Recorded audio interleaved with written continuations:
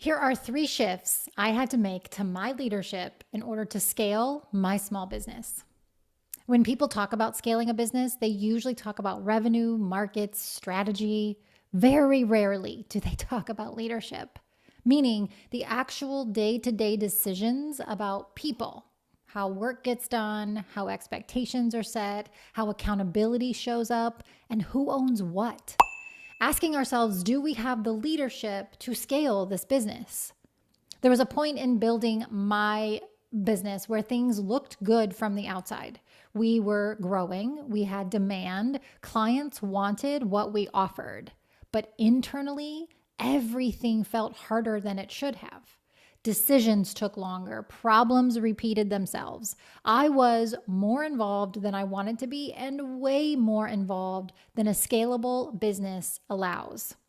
At the time, I would have told you we needed better systems or more capacity. And to some degree, that was probably true. But the real issue was that the way I was leading no longer matched the size or complexity of the business we were becoming. Early on, I believed a few things that I think a lot of founders probably believe. I believed that if I hired smart, capable people, things would mostly take care of themselves. I believed that culture would naturally stay strong as long as intentions were good. And I believed that structure could wait, that it was something you added later once things were more real as a business. That worked for a while, but it doesn't scale. Because as the business grew, the margin for ambiguity disappeared. What used to work through informal conversations and shared context started to break down. People were doing their best, but their best wasn't always aligned in the same direction.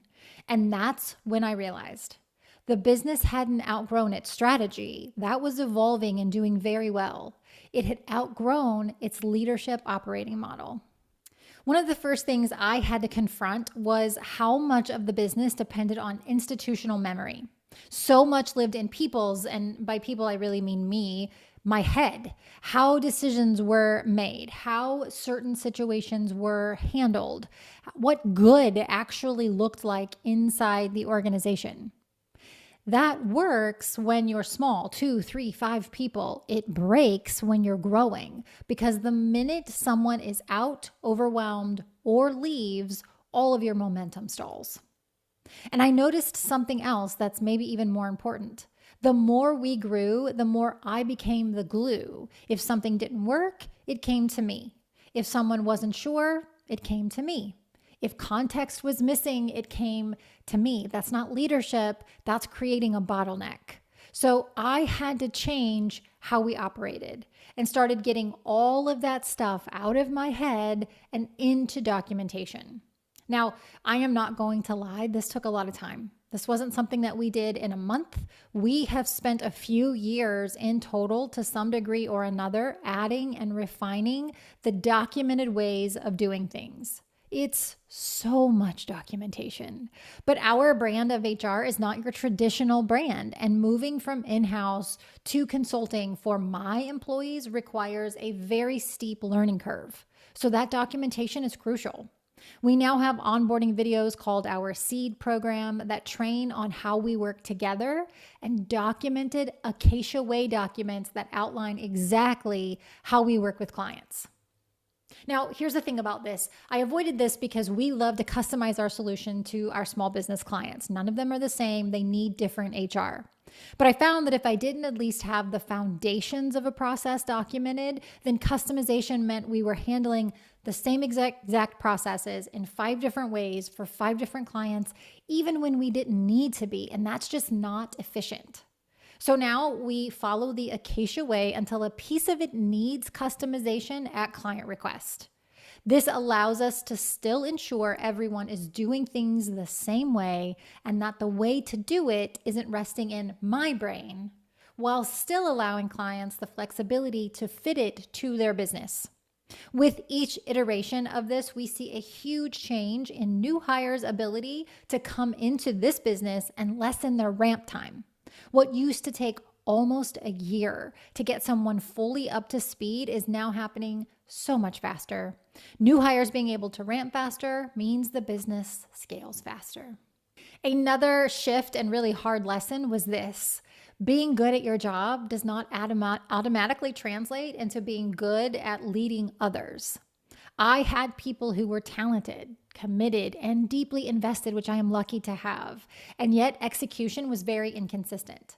Not because they didn't care, but because those expectations were fuzzy. Different leaders inside my organization handled things differently. Feedback was uneven, accountability depended on who you talk to. And as a founder, it's really easy to rationalize this, thinking they'll figure it out at some point. They mean well, they've always delivered. But at scale, inconsistency is expensive. It slows decisions, it confuses teams, and it quietly erodes trust.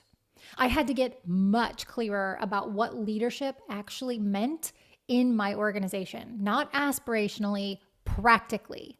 What does it look like to set expectations? What does it look like to give feedback, and how often do we do that? What does it look like to make decisions without escalation? What does it look like to hold the line when things get uncomfortable, because we are in HR business? Once leadership became defined, not assumed, execution improved almost immediately. Not because people changed overnight, that doesn't happen, but because ambiguity was completely removed. This is also not an easy shift. I spent nearly a year in intense leadership coaching with the leaders inside of my business. This is really my expertise, my wheelhouse anyway. So I had all the tools, but it was really intense. We went through communication, feedback, collaboration, emotional intelligence, problem solving. It really forced them to look at their strengths and their opportunities. We talked about the type of leader this business would need going forward and where they needed to develop. Leadership is a journey, not a destination. So we will continue the coaching forever. It's not going to be as intense as our year of development, but we will continue because the rest of the team has noticed. They shared with me the difference it made to have all the leaders going through the same program, working on their own opportunities together. You will never convince me that focusing on leadership development early and often in small businesses isn't one of the most powerful competitive advantages that they have.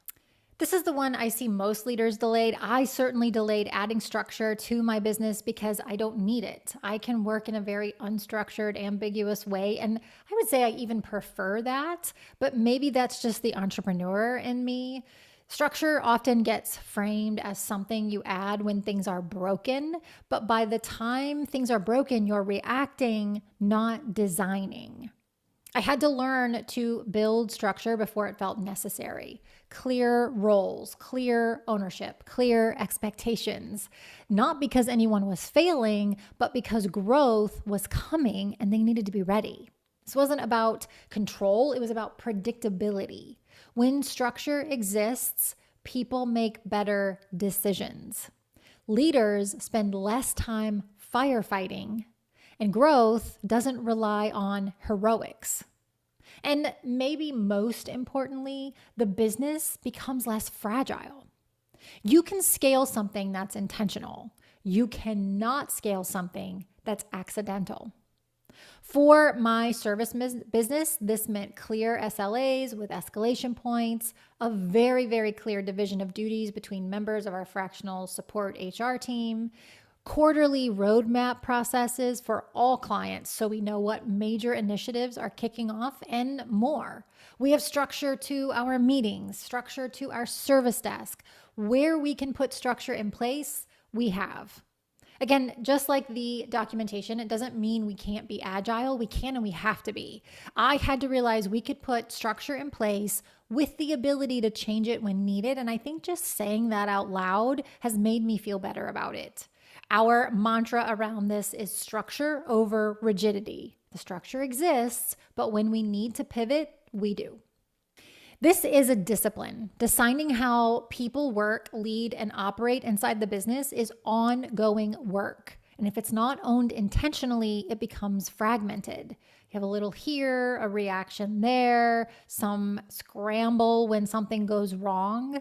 That's when growth starts to feel really chaotic instead of exciting. The business didn't scale because we worked harder. It scaled because we worked more deliberately, especially when it came to people infrastructure. This phase of my business, which we have called Acacia 3.0, has been all about me leading through stabilizing. Sometimes as a founder, you lead through growth or downturns, but sometimes you have to take a year or two to stabilize. And that's what we've done. We wouldn't have had the capacity to take on the clients we have coming in now had we not done that.